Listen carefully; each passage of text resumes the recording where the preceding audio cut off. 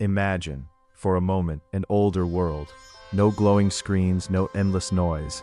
Only candlelight, cold mornings, and the slow work of becoming someone. In that world, when a man or woman wished to change their life, they did not wait for the feeling to arrive. They swore a term of service, 75 days, one single quest, kept one day at a time. This is the tale of that quest, told the old way, by the fire. And it is an invitation, because the 75 days you are about to hear of are not locked in some distant century. They begin whenever you say they begin. In the old world, there was a difference between a goal and an oath. A goal was a wish with good manners. It could be postponed, softened, quietly forgotten. An oath was another creature entirely. An oath was spoken aloud, before witnesses or before God, and it bound the speaker like iron. The squire did not hope to train, he was sworn to it. The monk did not intend to rise for prayers, he had given his word. So before your 75 days begin, understand what you're doing. You are not setting a goal, you are swearing a term. Write it down, say it aloud, make it heavy on purpose.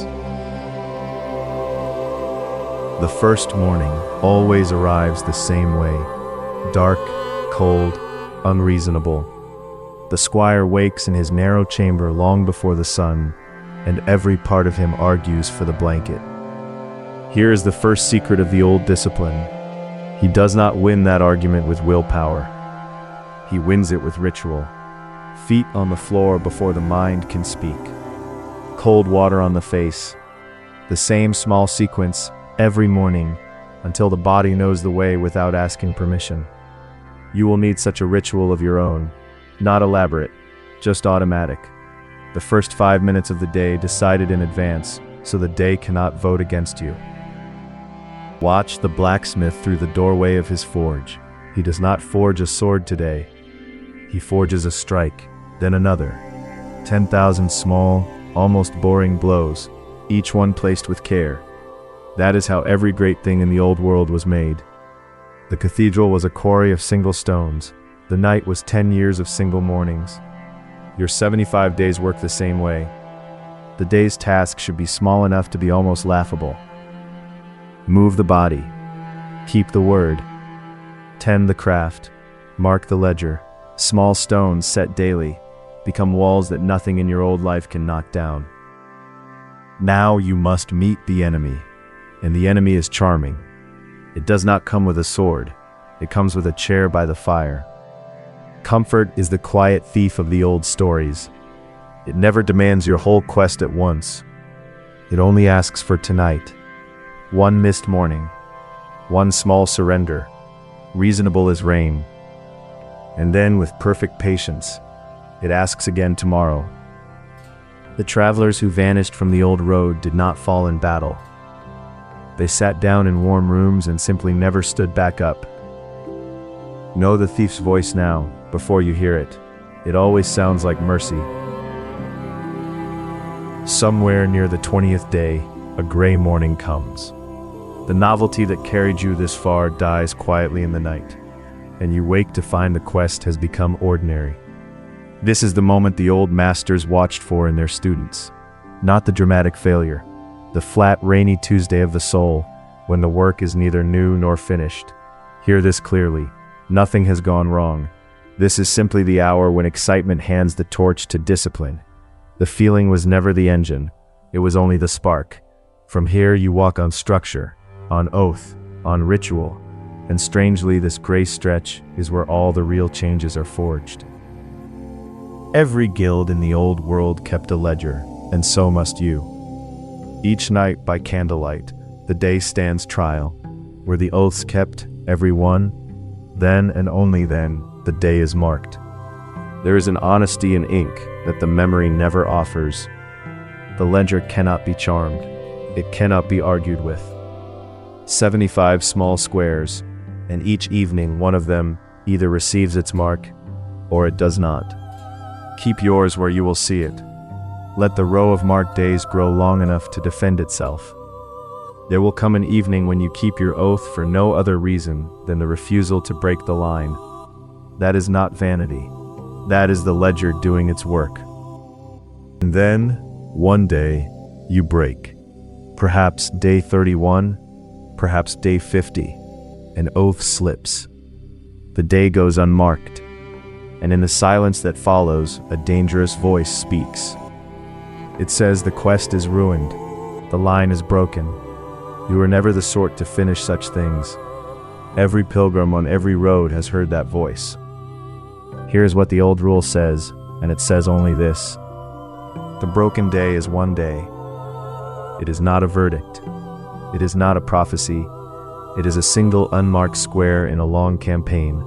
Grieve it for one evening if you must. But the sentence the old masters handed down was never start over in shame. It was simpler and harder. In the monasteries of the old world, the bell did not care how anyone felt. It rang in fog and in feast, after triumphs and after disgraces, and when it rang, every soul rose and returned to the work. There were no perfect monks. There were only monks who answered the bell, again and again, for years, until the answering became their nature. Let that be your image for the morning after any failure. The bell rings anyway. Your 75 days do not require an unbroken spirit.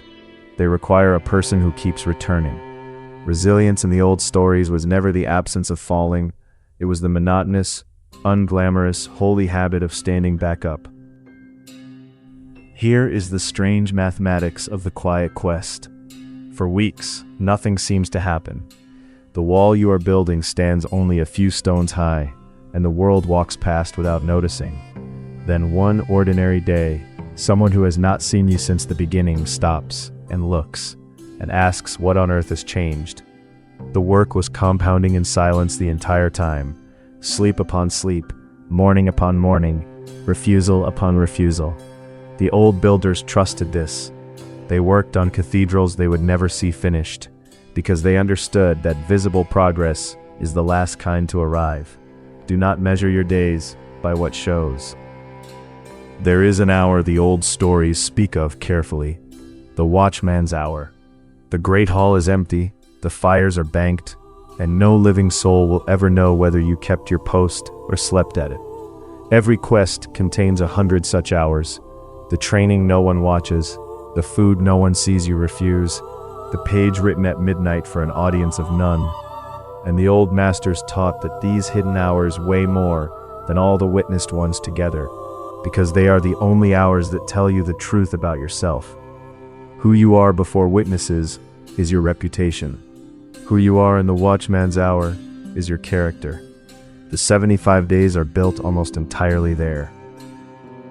By the 60th day, something has shifted that is difficult to name. The oaths have not grown lighter, you have grown quieter. The morning cold is still cold, and the work is still work, but the argument is over. You rise the way the tide rises, without debate. The old world had a phrase for such a person, one who keeps faith in the small hours, and it was said that a kingdom could be trusted to them, because anyone who will not betray a 5-minute promise to himself at dawn is unlikely to betray a greater one at noon. This is what was being forged all along, not a streak, not a number on a ledger. A person whose word, even whispered to himself, is simply kept. In the final week, the squire is brought to the armory, and the armor he could barely lift in the first days is lowered onto his shoulders. And it fits, not because the steel grew lighter, but because the man grew stronger underneath it.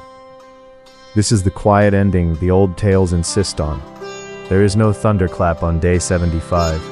You simply notice, one evening, that the life which once felt impossible is now merely Tuesday.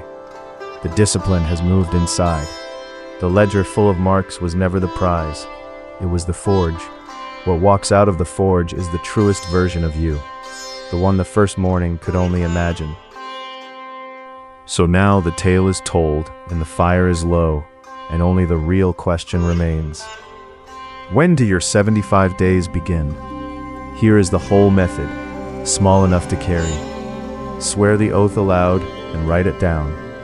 Choose tasks small enough to keep on your worst day. Guard the first 5 minutes of the morning. Mark the ledger every night. And when you break, and you will break, Let the bell ring you back at dawn without shame. 75 squares of parchment stand between you and a different life. The old world would tell you not to wait for spring, or Monday, or the feeling. Light the candle. Mark the first day. Begin tonight.